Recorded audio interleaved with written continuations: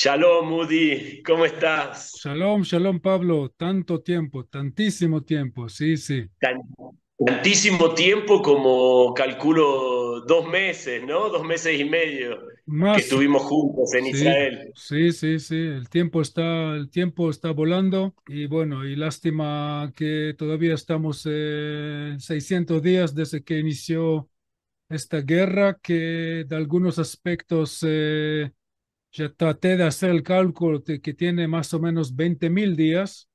Si hagamos el cálculo de no, mucho más de 20. ¿Qué estoy hablando? De que 40.000 días si estamos calculando desde que inició la lucha de los árabes contra el sionismo, y obviamente que cada etapa es otra etapa, y obviamente que tenemos los secuestrados todavía en los túneles de Gaza. ¿Y 58.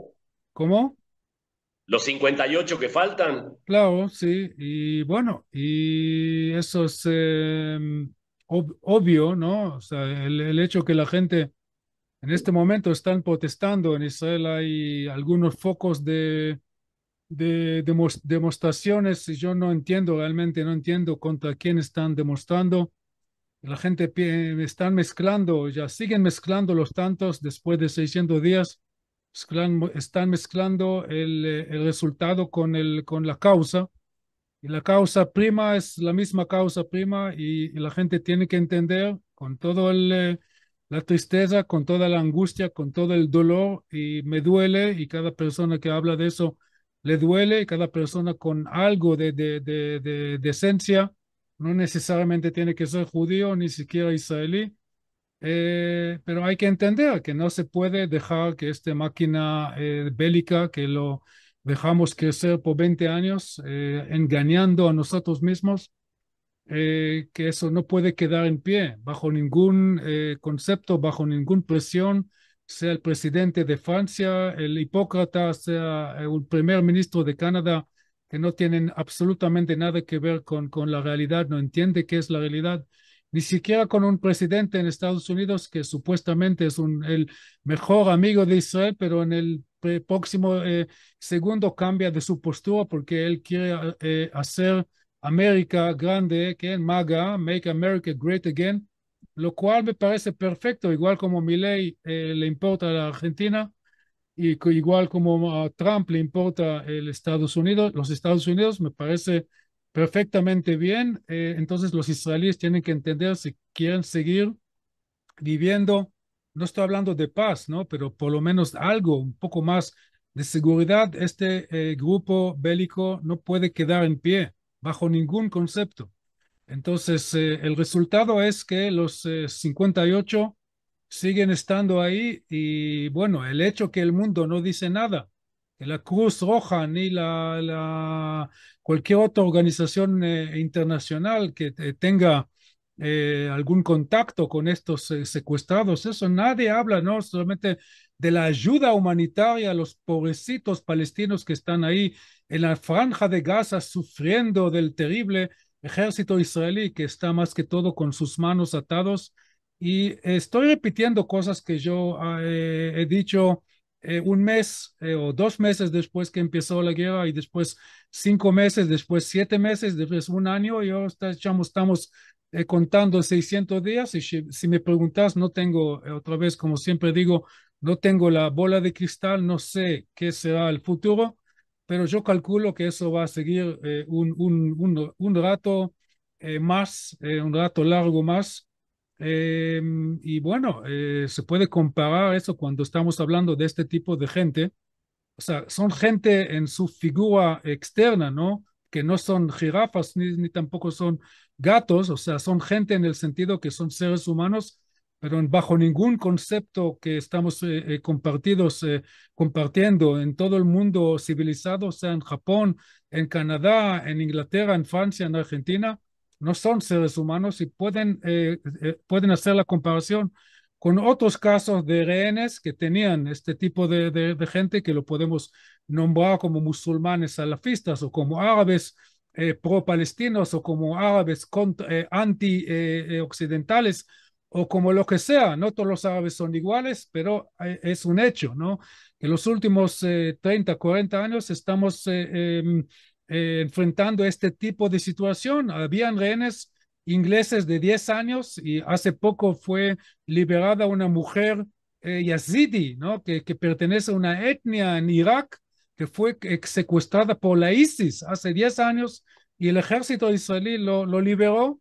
¿Y quién habló de esta mujer? ¿Quién le importó que ella fue violada diariamente por 10 años y no tenía nada de futuro? Ni vamos a preguntar qué quedó de su familia, qué quedó de su honor, qué quedó de su cultura. De eso nadie habla, ni este tarado presidente de Francia, ni este hipócrita primer ministro de Inglaterra, ni la CNN, ni la BBC, ni toda este tipo de organizaciones que yo estoy realmente haciendo un esfuerzo enorme para no decir lo que realmente pienso de ellos, hipócratas totales. ¿Quién habla de esto? O sea, entonces, esa es la comparación, esa es la comparación. Eso me duele mucho que mis compatriotas israelíes, una minoría, pero una minoría que hace mucho ruido, tiene mucho poder de organización, carteles en todas las carreteras y hacen muchas demostraciones en todas las ciudades, en lugares importantes en el país, en Jerusalén,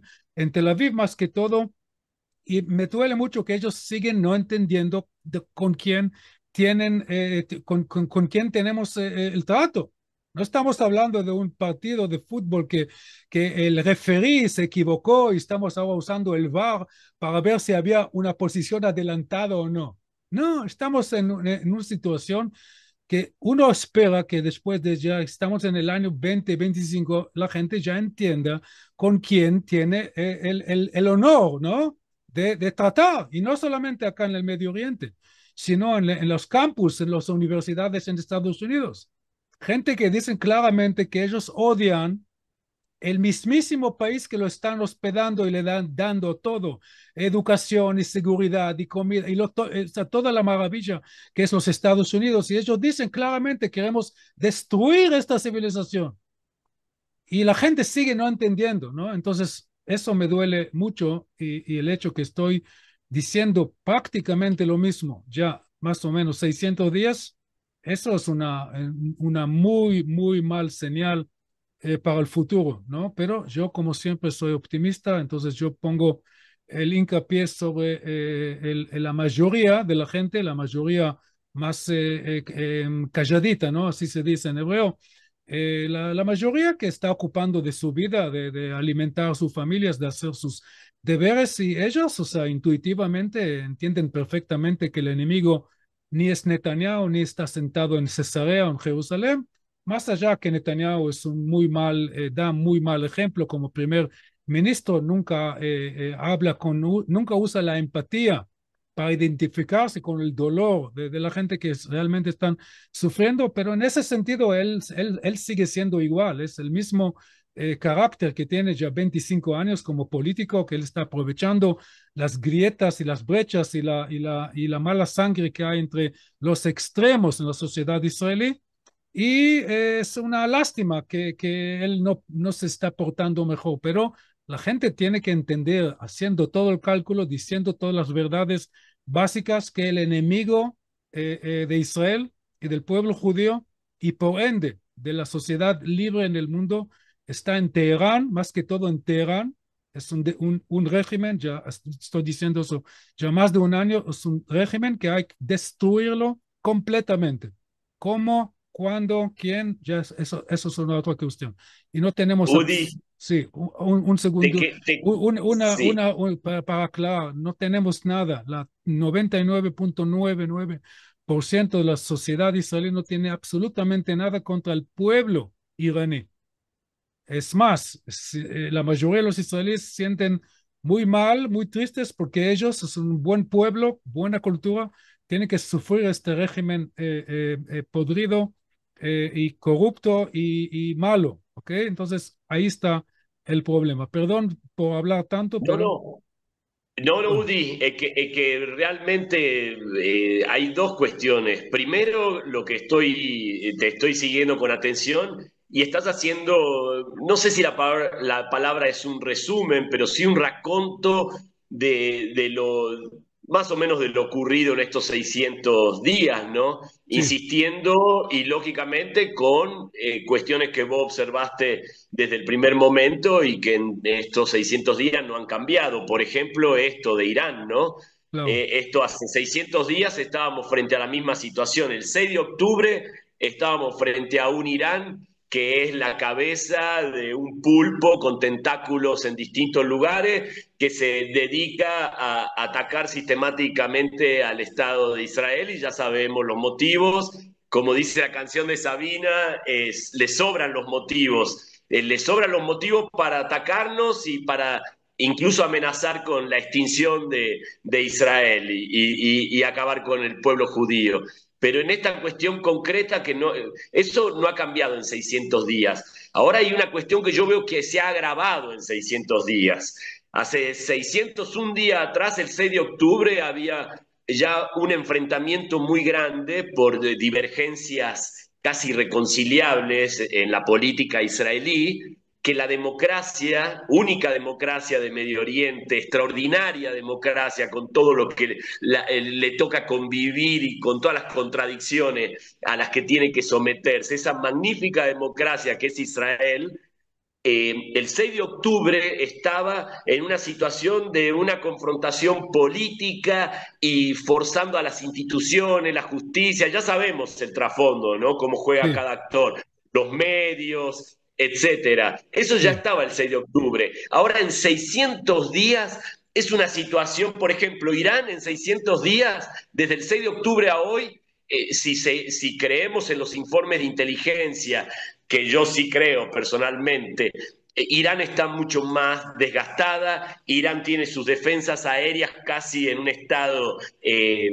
paralizado, es un país que está con una economía completamente devastada y sus tentáculos, como Hezbollah en el Líbano o como los hutíes en Yemen, han recibido golpes terribles, aunque siguen estando, sabemos que Hezbollah tiene miles de misiles todavía y fuerzas en el Líbano, y sabemos que los Houthis, lamentablemente ustedes lo saben, porque casi a diario reciben esas amenazas, esos misiles y las alarmas y cómo altera la vida de Israel. Pero algo que yo insisto, que veo en estos 600 días que se ha degradado lamentablemente, ¿no? Es el enfrentamiento, este enfrentamiento que se dio en distintas facciones, distintos grupos, obviamente, que Netanyahu ya sabemos que aprovecha estas divisiones y en 600 días las sigue de alguna manera aprovechando porque sigue en el poder, entendiendo de que en tiempos de guerra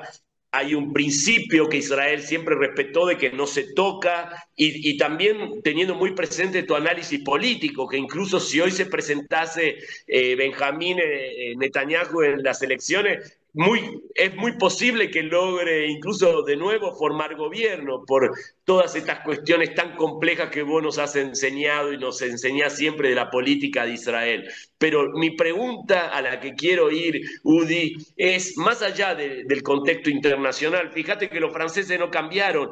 Vos al principio de la guerra ya me dijiste, los cobardes franceses que dos veces tuvieron que recurrir a Estados Unidos para que le saquen las papas del fuego, que tuvo un gobierno colaboracionista con Hitler. De los franceses, ya desde el primer momento me manifestaste que no teníamos mucho para esperar, no podíamos esperar mucho y sabiendo los intereses que tiene Francia y cómo los problemas internos que tiene Francia, que ya ha sido cooptado hace mucho tiempo por el islamismo y eso lo vemos constantemente. Y fíjate vos también, criticaste a Inglaterra, a los ingleses y los ingleses de nuevo, no, nada nuevo bajo el sol. Incluso el mismo Trump, que nosotros vimos como algo positivo la llegada de él, teniendo en cuenta lo que era Biden y cómo venía, que tiene atrás a Obama y etcétera. Tampoco nos sorprende porque siempre tuvimos claro que Trump es, como suena su nombre, una trompa, es algo así que te pasa por encima. Entonces él mismo también se desborda hacia sí mismo y bueno, que Estados Unidos ojalá que le vaya bien, ¿no? Porque es la potencia del mundo y cuando ellos se resfrían, los síntomas y el malestar lo vamos a tener nosotros. Pero Nada de eso cambió, pero la sociedad israelí, en lo personal tuve la bendición, la suerte de haber podido estar hace menos de 3 meses en Israel y haber podido vivenciar tantas experiencias durante un mes increíbles que acá no tendría tiempo para poderlas contar, pero también advertí eso. No es solo algo que uno puede leer, o sea, en lo personal que tuve la posibilidad de vivir durante un mes y ir compartir con tantas personas, he podido percibir ese malestar, ese enfrentamiento, ¿no? Ese enfrentamiento que parece irreconciliable, más allá de la lógica que vos planteás, de cómo no advierten que el enemigo, y Bueno, lógicamente el enemigo está en déjame, Irán. sí, bueno, Entonces, esa sería mi pregunta. ¿Cómo vamos a salir de este problema tan serio que es el enfrentamiento entre los israelíes? bueno, no, o sea, por un lado, o sea, lo más importante, como para empezar una respuesta más o menos clara, es que no estoy de acuerdo que nada cambió. O sea, Francia e Inglaterra no me importa mucho.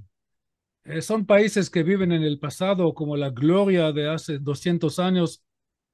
Bueno, ya está. En los Estados Unidos está, o sea, Trump es un enigma, pero por lo menos él lo aclaró también en su cadencia anterior. Él quiere mejorar la situación del obrero común y corriente, por eso él recibió tanto voto popular.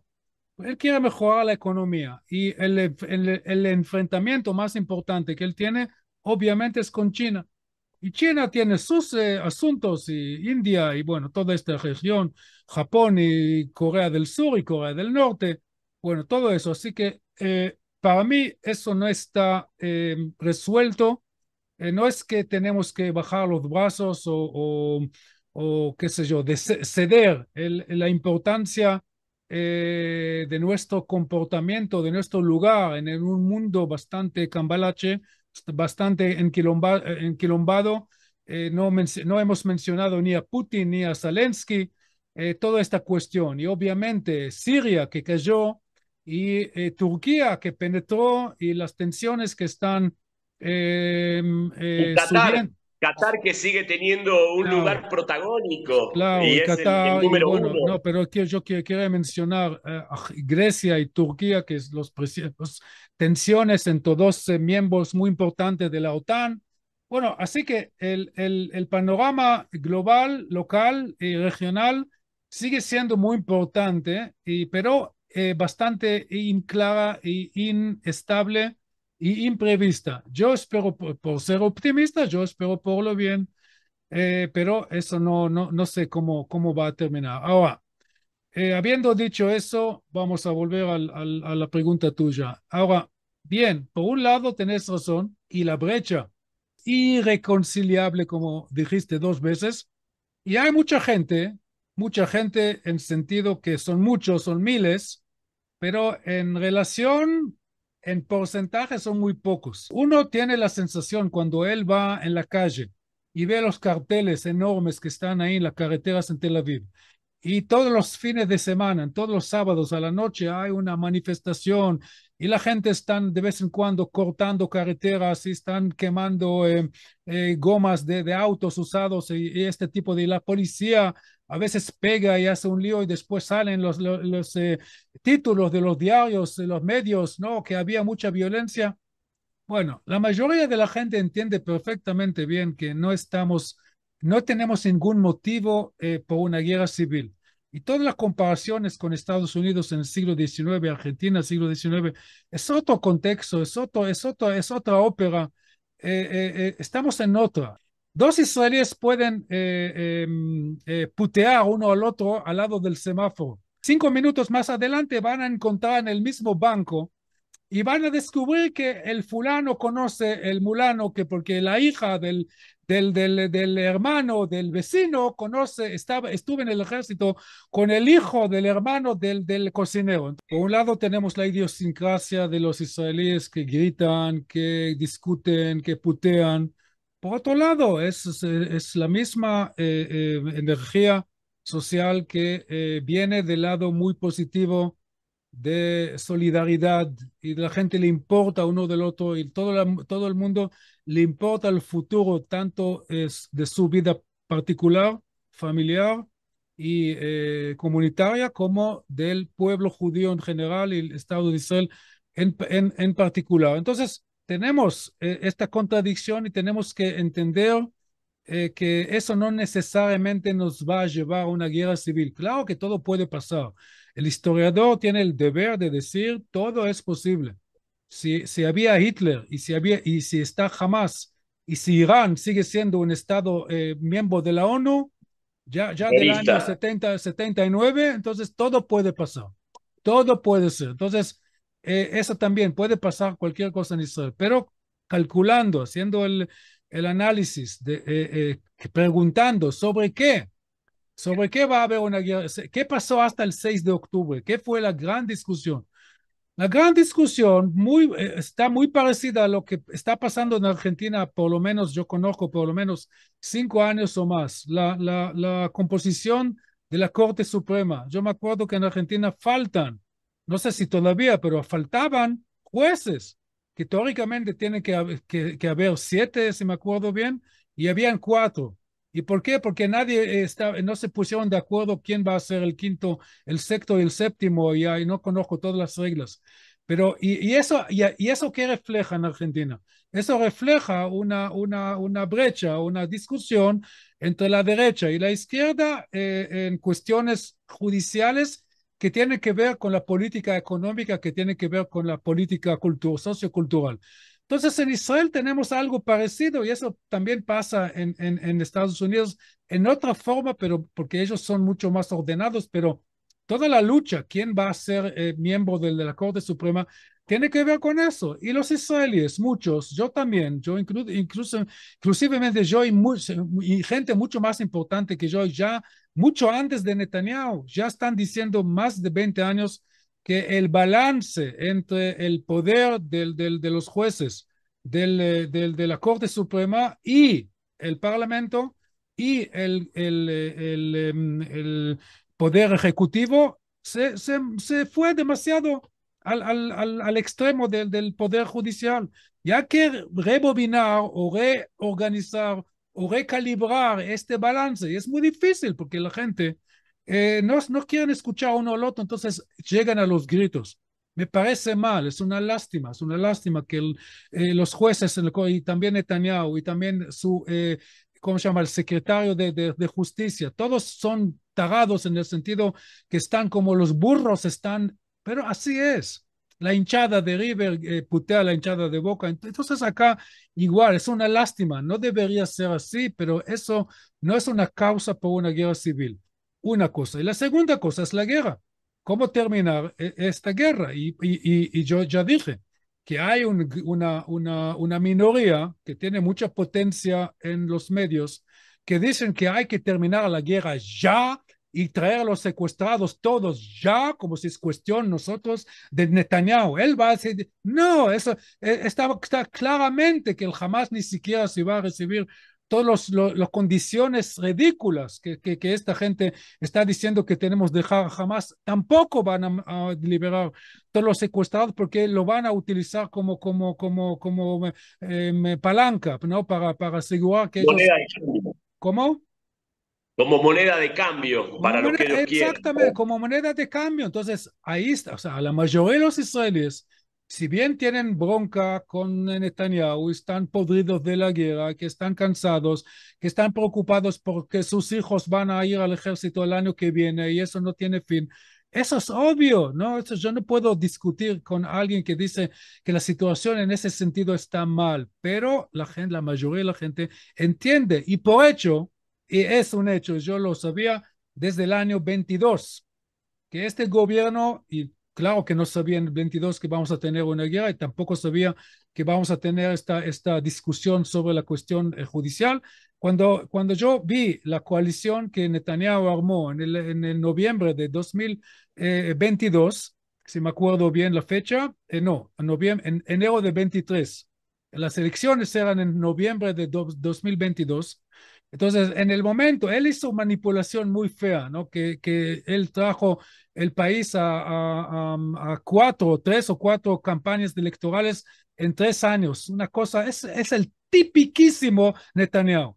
Típico Cuando estuve en Netanyahu. el 19, ¿te acordás? Cuando estuve Sí, en, sí, en claro. 19, 2019 sí, también, claro, no, pero elecciones. no, pero las elecciones en 2019 eran a tiempo, porque las anteriores eran en el 2015, entonces 19 estaba bien, pero después empezamos un ciclo de 21 a 22, tres o cuatro veces, ya no me acuerdo, todo el mundo estaba podrido, es el típico Netanyahu. Pero esa es la democracia, ¿qué podemos hacer? Eso es un sistema ridículo, pero es la menos peor que existe. Entonces yo entendí que cuando empezó el gobierno en enero de 23, que las próximas elecciones van a ser lo más tardar en noviembre de 2026 y estamos en mayo de 2025, de 600 días de guerra, con manifestaciones, con secuestrados, con todo el lío, con Biden que se fue, y Camila que se fue, y Trump que volvió, y los sirios que desaparecieron, los turcos, y todo el mundo, y tenemos el mismo gobierno, y es un hecho. Todo el mundo, no todo, pero mucha gente dice que es el peor gobierno. Yo como historiador digo, yo no me acuerdo ningún gobierno que la gente decían que es el peor gobierno. Siempre es el peor gobierno. Bueno, el peor gobierno. Es el peor gobierno, pero va a durar hasta 2026. No sé si hasta noviembre, pero va a cumplir más o menos su cadencia. Así es.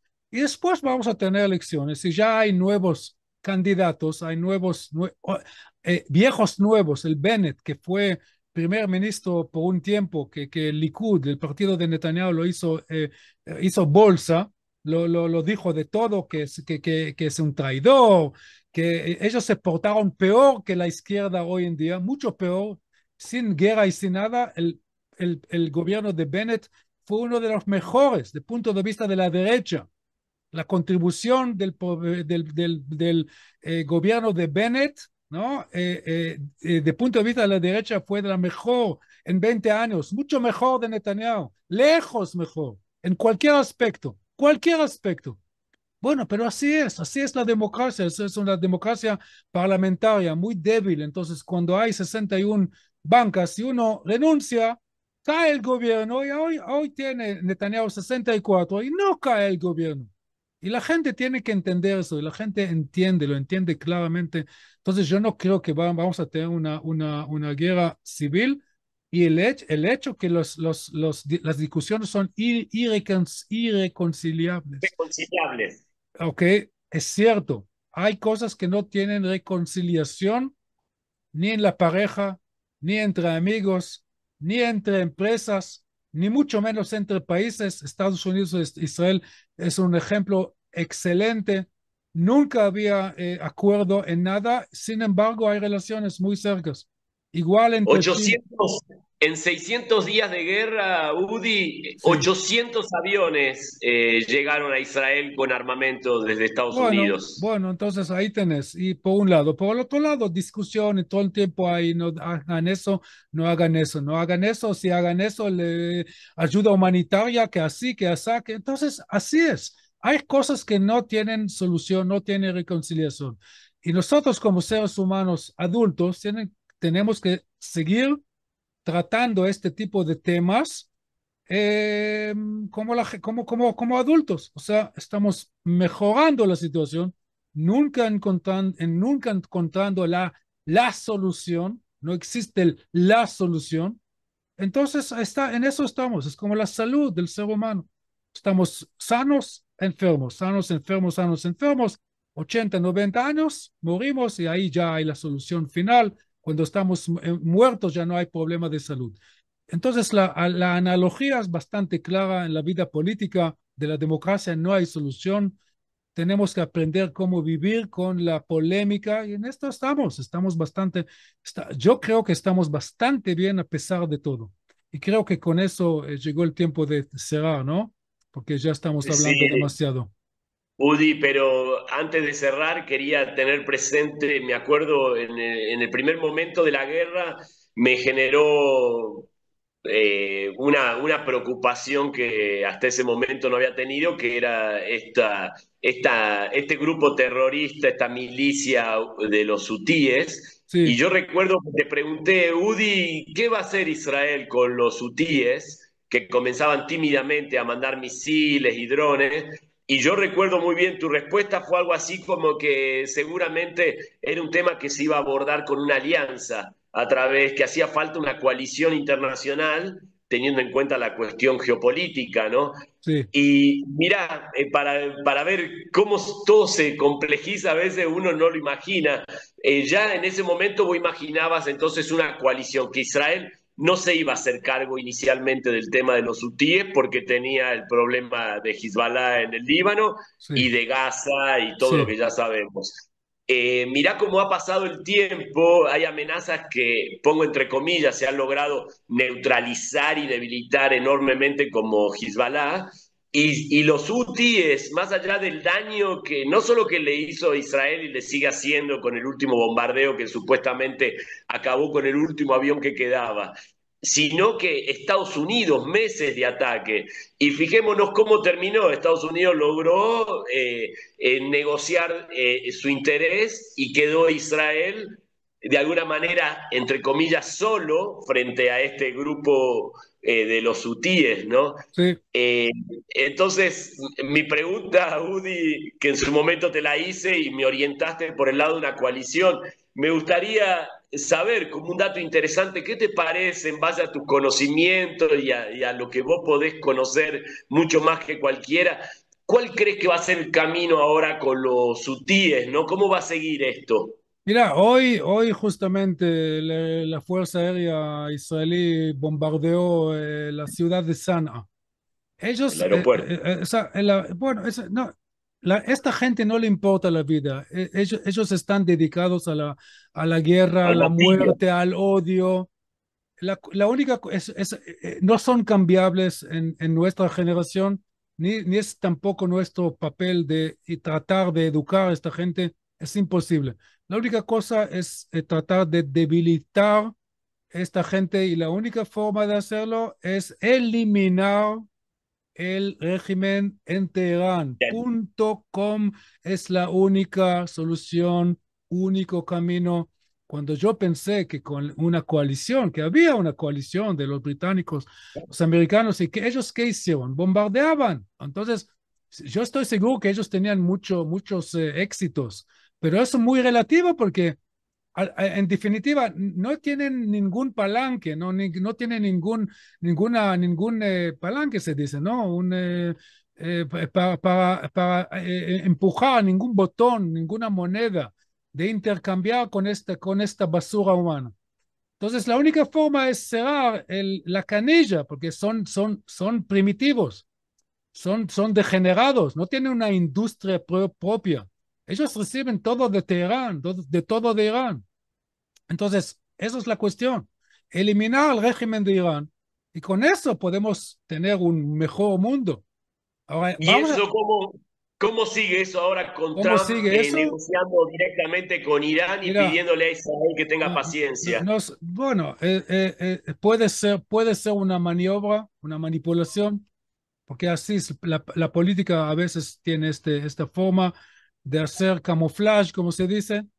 Puede ser que es verdaderamente que Trump no le importa mucho que Irán tenga arma nuclear o que sea en el camino de arma nuclear, porque él está mucho más preocupado por la cuestión de China.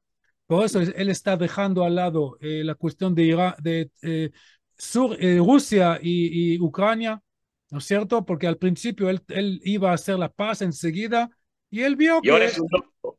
Ahora ¿cómo? es un loco Claro, Putin. de Y ahora repente dice que Putin es es un un loco loco Putin. y claro, entonces puede ser, mira, puede ser que, o sea, yo repito, una opción, voy a empezar con lo más importante, no sé, esa es la primera cosa que voy a decir, no sé. La segunda cosa es voy a adivinar o voy a interpretar o voy a especular. Especular. Ok, entonces Especular. la primera especulación es que es un camuflaje. y Estados Unidos está jugando el juego diplomático mientras Israel está preparando el golpe militar. La otra especulación es que realmente Trump ya está podrido de todo estos, según estos conflictos secundarios en relación al desafío de China. En relación a China, tanto Rusia como el Medio Oriente son zonas de conflicto secundario. Entonces, puede ser que él está cediendo el tema de Irán y con un acuerdo que igual se puede ir rompiendo más adelante con el tiempo, porque la política como no, la política como los partidos de Boca y River siempre, o sea, termina un partido, va a haber un partido dentro de un mes o 2 meses, eso será el concierto, o sea, la ópera entre Boca y River nunca va a terminar mientras haya fútbol en Argentina. Igual acá, ¿no? La analogía tiene que ver con la política internacional. Nunca se va a ceder, o sea, nunca se para, no hay puntos, hay pausas. Entonces, puede ser que es una pausa, que Trump va a tener un acuerdo con Irán, Israel va a tener que tomar la decisión, ya que dijiste hace en tu bloque anterior que realmente la defensa aérea de Irán está muy floja, Debilitada. claro, y por otro lado siguen teniendo un poder de tirar misiles, entonces vamos a tener que sentar nuestros refugios y sufrir un poco, pero cuando uno hace el cálculo y después de 20 años de autoengaño en relación a Hamas, ya no podemos más mentir a nosotros mismos. No podemos porque el no tomar decisión es mucho peor de tomar decisión con toda la repercusión que vamos a tener que sufrir y vamos a tener que sufrir. O sea, los americanos entienden claramente, creo que también los franceses, o sea, más que todo cuando hablas con la gente verdaderos, yo tengo un amigo que está muy conectado a la inteligencia de Francia y ellos entienden perfectamente bien que al fin y al cabo cada país, o sea, la soberanía de cada país significa que llega un momento a donde el país específico tiene que tomar la decisión, sea dolorosa como sea problemática como sea, no hay otra forma. En el caso de Irán, ya está, no hay más forma. Y tenemos que tener mucha energía positiva del hecho que tuvimos muchísimo miedo de Hezbollah y terminó con nada. Era pues, eso apareció como un chiste, una patota de muchachos que están, qué sé yo, no sé qué. Okay, terminó, o sea, claro que el ejército israelí hizo muy bien y la inteligencia y los vipers que fueron explotados, pero está ¿Y cómo bien. lo mataron a Nasrallah? Acordate, es maravilloso Bueno, el claro, operativo. pero de todas maneras, yo lo que dije, mi último argumento es para tener como más pensamiento positivo. Pero si estoy equivocado y vamos a sufrir de una contraataque iraní, no tienen el ejército a nuestra frontera, tienen misiles y van a tirar misiles y van a caer y van a explotar y si la gente van a estar en refugios, casi nadie va a dañarse. Entonces la gente tiene que cumplir con las instrucciones de la defensa civil y ya está. No vamos a ser los primeros en el mundo que han sufriendo este tipo de ataques, los ingleses en la Segunda Guerra Mundial y los israelíes en 48. El ejército, la Fuerza Aérea de Egipto mató 100 ciudadanos en Tel Aviv en el junio, hace 77 años, cuando empieza la guerra de independencia, porque Israel no tenía en aquel entonces fuerza aérea. Entonces llegaron los bombardeos de Egipto, de la Fuerza Aérea de Egipto, tiraban bombas ahí en Tel Aviv, así nomás. Entonces, la gente que tiene una memoria muy corta, tiene que abrir los diarios y ver la resistencia que tenía en aquel entonces el israelí, que tenía su país una semana o 2 semanas de antigüedad, con un ejército muy débil, con nada de ningún tipo de ayuda internacional, salvo los rusos, por sus intereses globales. Y hoy que somos una potencia, tenemos la mejor fuerza aérea, tenemos la mejor armada en la región, digo, tenemos la mejor inteligencia, entonces tenemos que tener un poco más ¿cómo se dice?, de huevos, ¿no? De enfrentar nuestros enemigos una vez por siempre, ¿no? Y Udi, bueno, con eso, sí, no, pero no quería terminar sin preguntarte, primero, el orgullo. Hoy estaba leyendo un artículo sobre el sistema de defensa láser que tiene Israel, que ha tenido un éxito enorme, que hasta ahora no lo habían podido decir públicamente, tenían restricciones, pero ya reconoce Israel que está operativo y que ha tenido un éxito enorme y se lo considera el más avanzado y sí, desarrollado a nivel mundial. O sí, sea que cuando vemos cosas optimistas, queremos tener una visión optimista, tenemos elementos. Te quería claro, preguntar, Udi, la foto que tenés en el fondo sí, tuyo, sí. he tratado de leer algo, pero con la presbicia que tengo me está costando. ¿Qué es, Udi? Bueno, es un edificio que ya no existe más, es una fábrica que fue construida por un empresario privado, un capitalista, para decirlo así, en la época que en Israel había socialdemocracia, o sea, el laborismo, eso para decir que también en aquel entonces había muchos empresarios, era una familia que era una fábrica de metal que está muy cerca de Tel Aviv. Y él puso sobre el techo una frase que no tiene absolutamente nada que ver con la industria, particularmente, ni siquiera de su propia empresa, que él trabajaba metal. Y dice en hebreo, lo voy a leer en hebreo porque suena fabuloso, después lo voy a traducir, נדרנו נדר לשתף עצמנו בבניין עם וארץ ישראל. Hemos comprometido a ser parte de la construcción, hacernos parte, hemos comprometido a hacernos parte de la construcción del pueblo y de la tierra de Israel. Y eso, toda la gente, yo me acuerdo cuando tenía 15 años, estuve pasando ahí en los colectivos que iban al norte y me quedó como un impacto, ¿no? ¿Qué tiene que ver, no? Porque eso justamente, eso es el espíritu israelí. Eso es la explicación simple del éxito del Estado de Israel. Que la gente, por un lado, están trabajando por su familia, para hacer plata, como todos los judíos, es la única cosa que le interesa es la plata. Sí, los antisemitas tienen razón.